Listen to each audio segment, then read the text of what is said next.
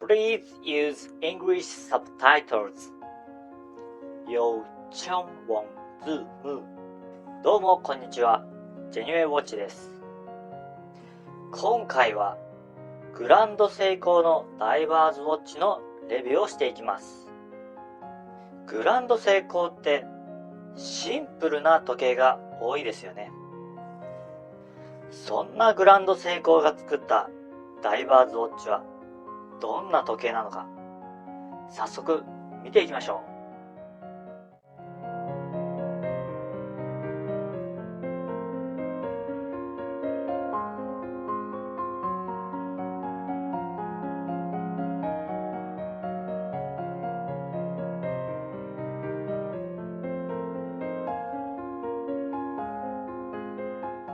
今回レビューするモデルはこちら。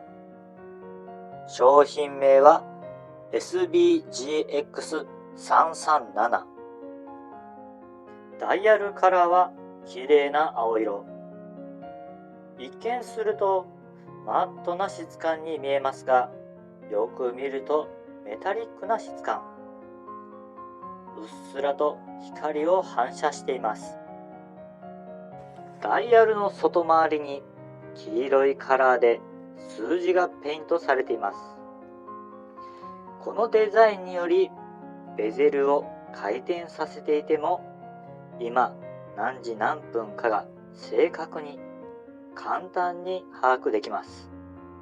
アロー型の分身に探検のような自信、そして黄色の秒針。この秒針はどの角度から見ても見えるように丸みを帯びた形となっています。インデックスはシルバーカラー。そこに夜光塗料が厚く塗布されていますね。横から見ると盛り上がって見えます。どんな感じに光るかというと、こんな感じに光ります。海の中でもよく見えそうですね。ダイバーズウォッチなので逆回転防止ベゼルがついています。回した感触は重いです。バリバリと良い音を出していますね。これは私の好きな音です。この音が大きいほど私は好きです。あなたはどうですか？ベゼルの12時位置の夜光塗料、埋め込まれていてガラスがはめ込まれている。これナイスです。理由は夜光塗料がむき出しだと使用しているうちにポロッと剥がれてしまうことがあるんです。ベゼルが横から見たとき斜めにテーパーされていますね。これによってスマートな雰囲気が出ています。そして厚みも実際よりも薄く感じそうですね。ちなみに厚みは 13mm。ベゼルとガラスの高さが同じです。ガラスに傷がつきそうですが、サファイアガラスなので安心ですね。このガラスは内面無反射コーティングがされているのでかなりクリアに見えますね。手袋をしていても回しやすそうな大きなクラウン。サイズは 7mm です。このクラウン一周回しても針は20分しか進みません。なのでより厳密な時刻合わせが可能となっています。そしてこの分身自身は針の先がスッと細くなっています。さすがグランドセイコー、時間へのこだわりですね。続いてケースを見ていきましょう。側面はヘアラインが入った仕上げです。エッジが立っているデザインですが、シャープに面取りされています。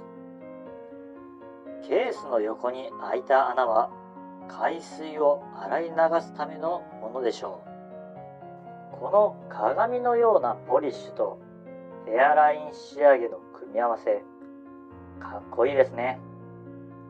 ヘアライン仕上げの部分が多いのは傷のつきやすいダイバー用の時計だからなのではないでしょうか。肌に当たる部分は薄く面取りされていて、使う人への配慮を感じます。このクラスプにはアジャスターがついていて、ウェットスーツの上からでも肌の上からでも簡単にフィットさせることができますね。この機能、ダイバーズウォッチのみじゃなくドレスウォッチにもつけてほしいなって思います。バンドのエッジは立っていますが、うっすらと面取りされています。ウェットスーツを傷つける心配はなさそうですね。腕周り 170mm の私がつけるとこんな雰囲気です。ケースサイズは幅 43.6mm、 ラグからラグは 50mm、 大きいですね。そして重